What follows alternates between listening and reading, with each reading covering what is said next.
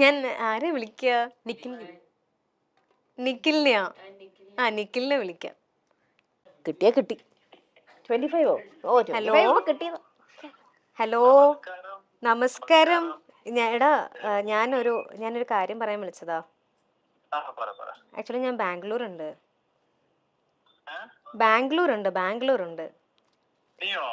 ആ. ആണോ? അല്ല, ഞാൻ എന്താന്നറിയോ ഞാൻ വിളിച്ചേ? ആക്ച്വലി ഞാൻ ബാംഗ്ലൂർ വന്നിട്ട് ഞാനൊരു ഷോപ്പിങ്ങിന് വേണ്ടി ഇറങ്ങിയതാ. എന്റെ പേഴ്സ് കാണുന്നില്ല. അത് ആരോ കൊണ്ടുപോയോ എന്താ സംഭവം എന്ന് എനിക്ക് അറിയത്തില്ല. ആ, അപ്പോൾ എനിക്ക് ഇവിടെയാണെങ്കിൽ ഞാൻ ഷോപ്പ് ചെയ്തിട്ട് ഇങ്ങനെ വെച്ചേക്കുവാ. എൻ്റെ ഫോൺ മാത്രമേ കയ്യിലുള്ളൂ. എനിക്ക് കുറച്ച് കാശ് അയച്ചു തരാൻ പറ്റുമോ? എൻ്റെ കാർഡും ഇല്ല, ഒന്നുമില്ല. എനിക്കൊരു 5000 വേണമായിരുന്നു.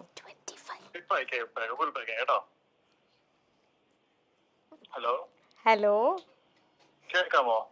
എടാ, പ്രാങ്ക് ആയിരുന്നു. നീ ഞാനൊരു ഇന്റർവ്യൂല് ആക്ച്വലി. എന്നാലും നിന്റെ മനസ്സ് ഞാൻ സമ്മതിച്ചിട്ടോ. എൻ്റെ കയ്യിൽ ഫോൺ ഉണ്ടെന്ന് ഞാൻ പറഞ്ഞു. അപ്പൊ നീ ഗൂഗിൾ പേ ഓപ്ഷൻ പോലും നീ ചോദിച്ചില്ലല്ലോ. നീ അയച്ചു തരാന്ന് പറഞ്ഞല്ലോ എന്തായാലും. സീരിയസ്ലി.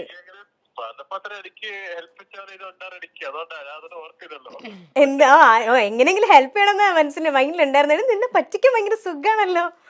ഒന്നിനെ പറ്റി ചിന്തിക്കുന്നില്ല, ഗൂഗിൾ പേ പോലും ചിന്തിച്ചില്ല.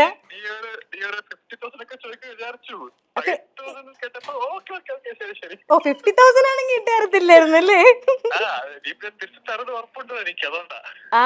ഓഹോ, ആ ഒരു ഉറപ്പ് അവനുള്ളത് കൊണ്ടാണ്. അതെ, കൂടെ രമ്യ ചേച്ചിയാണ് ഇന്റർവ്യൂർ. ഒരു മിനിറ്റ്, ഞാൻ കൊടുക്കാം. നീ ബിസി ആണോ? ഷൂട്ടിലാണോ? ഓക്കെ, അപ്പൊ 2 minutes. ഹായ് നിഖിൽ. ഹായ്, സുഖാണോ? യാ, ഐ എം ഗുഡ്. യാ, സുഖാ. ഓക്കെ. ഏയ്, വെറുതെ നമ്മള് മേഘനയുടെ അടുത്ത് പറഞ്ഞു ഒരു ഫ്രണ്ടിനെ വിളിച്ചിട്ട് ഒന്ന് പ്രാങ്ക് ചെയ്യാനായിട്ട് ഒരു ടാസ്ക് കൊടുത്തു. അപ്പം മേഘന ഇങ്ങനെ ആരെ വിളിക്കും എന്നൊക്കെ ആലോചിച്ചപ്പോ ഫസ്റ്റ് മേഘനയുടെ മനസ്സിൽ ഓക്കെ എന്നാണ് നിഖിലിനിട്ട് തന്നെ പണി കൊടുക്കാമെന്ന് വിചാരിച്ച്.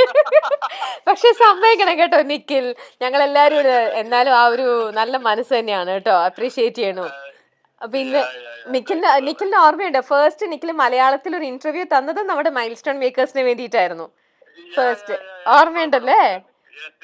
അന്ന് കൂടെ ഉണ്ടായിരുന്ന ഒരാള് പിന്നെ ബിഗ് ബോസിൽ ഇപ്പൊ വന്നു അല്ലേ?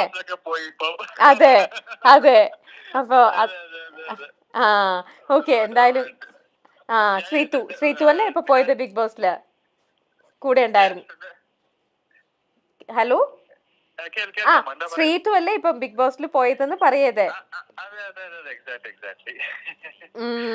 ഓക്കെ. ഇവിടെ എല്ലാരും പറയും നമ്മൾ നേരിട്ട് പരിചയമില്ല, പക്ഷെ ഇവിടെ എല്ലാരും നമ്മുടെ ടെക്നിക്കൽ സൈഡില് നമ്മുടെ ക്യാമറ, നമ്മുടെ പ്രൊഡ്യൂസർ, ഇവരെല്ലാരും എപ്പോഴും പറയും നിഖിൽ വന്ന ഇന്റർവ്യൂ വളരെ നന്നായിരുന്നു, വളരെ പാവമാണ്, നല്ല ഒരു ചേട്ടൻ, നല്ലൊരു വളരെ നല്ല സംസാരം ഒക്കെ ഇവരെല്ലാരും പറയും. എപ്പോഴും ഇവര് പറയും നല്ല ഒരാളായിരുന്നു എന്ന്. ശരിക്കും എല്ലാവരുടെ അടുത്തും പറയാം കേട്ടോ. നിങ്ങളുടെ YouTube channel like very famous. Milestone makers കേൾക്കുമ്പോൾ എല്ലാവരും ഇങ്ങനെ വെയിറ്റിംഗ്, എന്താ നെക്സ്റ്റ് കണ്ടന്റ് എന്താണ്, ആൾക്കാർ ഇങ്ങനെ നോക്കിക്കൊണ്ടിരിക്കും. ആണോ? ഓ, ഓക്കെ. സന്തോഷം, ഒരുപാട് സന്തോഷം. എന്തായാലും ഓക്കെ നിഖിൽ, അപ്പൊ നമുക്ക് കാണാം ഉടനെ തന്നെ. ഓക്കെ, ഒരു ദിവസം കാണാം. ഓക്കെ, ശരി, ബൈ, താങ്ക് യു. നെറ്റിൽ സംപ്രേക്ഷണം ചെയ്തിരുന്ന ചന്ദനമഴ എന്ന ഹിറ്റ് സീരിയലിലൂടെ പ്രേക്ഷകർക്ക് ഏറെ സുപരിചിതയായ താരമാണ് മേഘ്ന വിൻസെന്റ്. സീരിയലിലെ അമൃത എന്ന കഥാപാത്രമായിട്ട് തന്നെയാണ് മേഘ്നയെ ഇന്നും മലയാളികൾ തിരിച്ചറിയുന്നത്. പിന്നീട് അന്യഭാഷയിലേക്ക് ചേക്കേറിയ നടി അവിടെ നിരവധി ഹിറ്റ് സീരിയലുകളിൽ അഭിനയിച്ചു. പിന്നാലെ മലയാളത്തിലേക്ക് തിരിച്ചു വന്നു. എങ്കിലും മേഘ്നയ്ക്ക് കൂടുതലും താല്പര്യം അന്യഭാഷകൾ തന്നെയായിരുന്നു. കാരണം ജീവിതത്തിലെ ഒരു വലിയ മോശം സമയത്തിന് ശേഷമാണ് താരം ഇതെല്ലാം താണ്ടി പിന്നെയും അഭിനയത്തിലേക്ക് മടങ്ങിയെത്തിയത്. മേഘ്ന വിൻസെന്റിന്റെ കാര്യം പറയുകയാണെങ്കിൽ മേഘ്ന എന്നും ഒരു നിഷ്കളങ്കയായ ഒരു പാവം പെൺകുട്ടിയാണ്. മേഘ്നയുടെ ഇന്റർവ്യൂ ഒക്കെ കാണുമ്പോൾ നമുക്കറിയാം ഇത്രയും നിഷ്കളങ്കയായ വളരെ ഹോംലി ആയ ഒരു പെൺകുട്ടിയാണ്. ജീവിതത്തിൽ ഇത്രയൊക്കെ വലിയ സംഭവങ്ങൾ ഉണ്ടാകുമെന്ന് പ്രതീക്ഷിക്കാത്തൊരു പെൺകുട്ടി. ഇപ്പോൾ തിരിച്ചുവരവ് ഡിപ്രഷനും ഒക്കെ താണ്ടിയായിരുന്നു, ഡിപ്രഷൻ എല്ലാം കഴിഞ്ഞ് എല്ലാത്തിനും അമ്മ ഒപ്പമുണ്ടായിരുന്നു എന്ന് മേഘ്ന പറയുന്നുണ്ട്. മേഘ്നയുടെ ഈ മടങ്ങിവരവ് നിരവധി ഹിറ്റ് സീരിയലുകളാണ് മേഘ്നയ്ക്ക് സമ്മാനിച്ചത്. എന്നാലും ഇപ്പോഴും അമൃത എന്ന് വിളിക്കുമ്പോൾ താൻ അറിയാതെ തിരിഞ്ഞു നോക്കാറുണ്ടെന്ന് മേഘ്ന പറയുന്നു. മേഘ്നയുടെ അടുത്ത സുഹൃത്താണ് നിഖിൽ. അമ്മയറിയാതെ എന്ന സീരിയലിലെ നായകനായി നമ്മുടെയൊക്കെ മനസ്സിൽ ചേക്കേറിയ നിഖിൽ. നിഖിലും മേഘ്നയും ഒരു സീരിയലിൽ ഒന്നിച്ച് അഭിനയിച്ചിട്ടുണ്ട്. അന്യഭാഷാ നടനാണ് നിഖിൽ. ഇപ്പോൾ ഒരു പരിപാടിക്കിടെ നിഖിലിനെ വിളിച്ച് പ്രാങ്ക് ചെയ്യുന്ന മേഘ്നയുടെ വീഡിയോ ആണ് വൈറലായി മാറുന്നത്. താനൊരു ഷോപ്പിംഗ് മാളിൽ നിൽക്കുകയാണെന്നും തന്റെ കയ്യിൽ പണമില്ല, ഒരു 5000 രൂപ അയച്ചു തരുമോ എന്നും ചോദിക്കുന്നുണ്ട് മേഘ്ന. ഒന്നും പറയാതെ ഇപ്പോൾ തന്നെ അയച്ചു തരാം എന്ന് പറയുകയാണ് നിഖിൽ. ശരിക്കും പറഞ്ഞാൽ ഇവരുടെ ആ സൗഹൃദവും ആ നിഷ്കളങ്കമായ മനസ്സുമെല്ലാം ഇതിലൂടെ തുറന്നു കാണിക്കുന്നുമുണ്ട്. പക്ഷെ അതല്ല, ഞാൻ അല്ലായിരുന്നു എന്നുണ്ടായിരുന്നാലും ഇന്നത്തെ ഒരു ഇന്റർവ്യൂവിന് വിളിച്ചിരുന്നാൽ തീർച്ചയായിട്ടും മേഘന വരില്ലായിരുന്നു. അങ്ങനെയല്ലേ ചേച്ചി? വിളിച്ചപ്പോ തന്നെ ഞാൻ ചോദിച്ചു,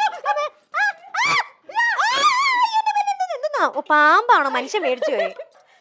പാമ്പാണോ? പാമ്പല്ലേ? ഇന്നാ റബ്ബർ പാമ്പ്, ഒറിജിനൽ പാമ്പ് പിടിച്ചു തന്നെയാ റബ്ബർ പാമ്പ് കാണിച്ചു. എന്തിനാ കുട്ടി പേടിച്ചേ? എന്തിനാ കിടന്ന് കീറുന്നോ? വല്ലത് ഇടിഞ്ഞു പൊളിഞ്ഞ് വീണാലോ?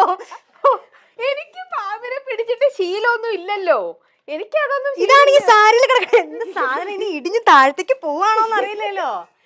അതുകൊണ്ടാണോ? ഒറിജിനൽ പാമ്പ് പിടിച്ചു തന്നെയാ ഈ റബ്ബർ പാമ്പ് കാണിച്ചു പേടിപ്പിക്കണേ. അല്ല, എനിക്കതല്ല ഏറ്റവും ഇഷ്ടപ്പെട്ടത്. പേടിച്ച് വരച്ചിട്ടേ അയ്യോ എല്ലാം പേടിച്ചിട്ട് ഓ പാമ്പായിരുന്നു ഒന്ന്. പാമ്പിനെ കണ്ടപ്പോ പേടിയേ ഇല്ലെന്നായോ? അങ്ങനെയല്ലേ ചേച്ചി, പാമ്പിനെക്കാട്ടി പേടി മനുഷ്യരെയാ, സത്യം പറയാലോ. ശരിക്കും അല്ലേ? ആ അതെ, അതിനൊക്കെ ഒറ്റ സ്വഭാവമല്ലേ ഉള്ളൂ പാമ്പിന്. മനുഷ്യർ എപ്പോഴാ എന്താ ഏത് ക്യാരക്ടറായിട്ട് മാറണേ? കണ്ടാ ഞാൻ തന്നെ ഇപ്പൊ പേടിപ്പിച്ചില്ലേ വെറുതെ. ഇതിപ്പോ ഈ പാമ്പിനെ പിടിക്കണോ? ആ വെറുതെ. അടുത്ത് പാമ്പിനെ പിടിച്ചോണ്ട് അടുത്ത ഡയലോഗ് പറഞ്ഞു.